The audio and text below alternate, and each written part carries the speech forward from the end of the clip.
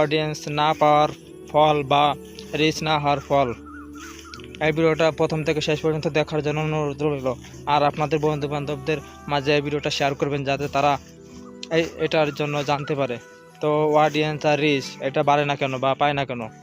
তো আপনারা একটাই ভুল করেন তখন, যে আপনারা দেখবেন কমিউনিকেশন, মানে কমিউনিকেশন তো বুঝলে বলবেন না, আপনারা যখন এঙ্গেজমেন্টটা হলো, আপনারা যদি অডিয়েন্স বা রিচ বাড়াতে চান বা ফলোয়ার বাড়াতে চান বা ফলোয়ারের কাছে যেতে চান, তাহলে আপনারা অবশ্যই যখন একটা কন্টেন্ট পোস্ট করবেন তখন অবশ্যই আপনাদের ভিডিওতে কমেন্ট করবেন।